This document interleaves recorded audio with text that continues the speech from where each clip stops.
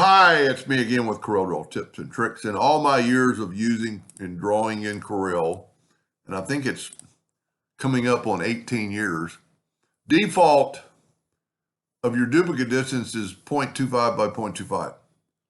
I have never seen a reason for that. I keep mine on 0, 0.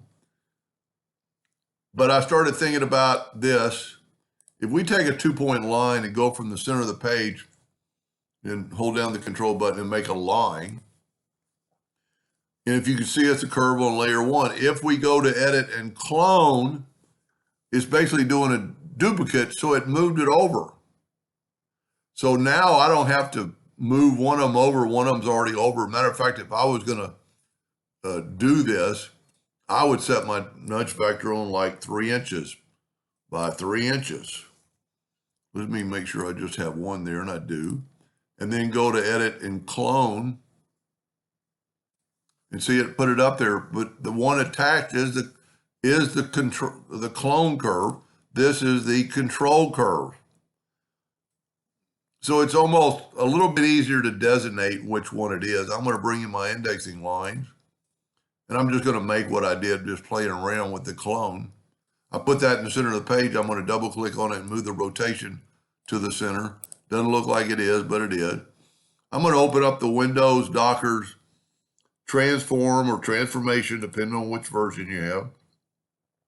I'm going to rotate it 10 degrees, and I'm going to make 35 times. 360 divided by 10 is 36. But we've already got one, so we're going to make another one. Now, let's take our clone now, and let's change the color. Let me take away the indexing lines. And let me get this a little closer. People that watch all my videos are probably getting tired of my clone tool videos, but this is a little bit different. Maybe that's a little bit too thick. The clone is pretty cool because now we can take the shape tool, select it, and right click and turn it into a curve. And now in real time, we can see what that's going to look like. You know, there's really no way to imagine that until you start rotating it. This way you have it already rotated. And you can play with it more. You can double click, put a few nodes, adding nodes, I'm just double clicking. And then you can take one of them and slip them out. And then bring this down and have total control over what it's going to look like in what I call real time. You know, then you could delete that node and look at that. I mean, I'm not saying you'd ever do that, but let's get rid of that node. And it's just, this is pretty cool that you can watch it in real time.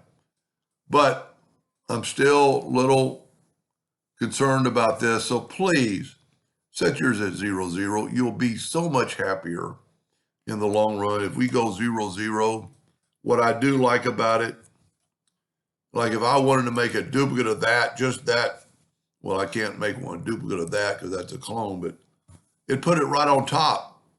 Now I can nudge it out of the way. Well, let me delete that. Let me put my nudge factor like to 6 inches. And if I Control D or hit the plus key on the keyboard, I can manipulate this, you know, make it red, and then put it right back in the exact same spot. That's why I use 0, 0. There's a lot of reasons, but this is still pretty cool. Clone-wise, we still have it. Let's make it a little thicker now. You'll see, I must have really, well, there it is. That's the other one's on top. But this is, the clone tool is pretty cool in what it can do. Let's add some more nodes again. I mean, look at that. I mean, I don't know how else you could do it. And what's so funny that none of the lines are still touching because the other one's moving out equally as much. Now they're crossing. Take away that node, take away that node, and you can look at it in real time. Anyway, I hope that helps somebody someday, and thank you for watching.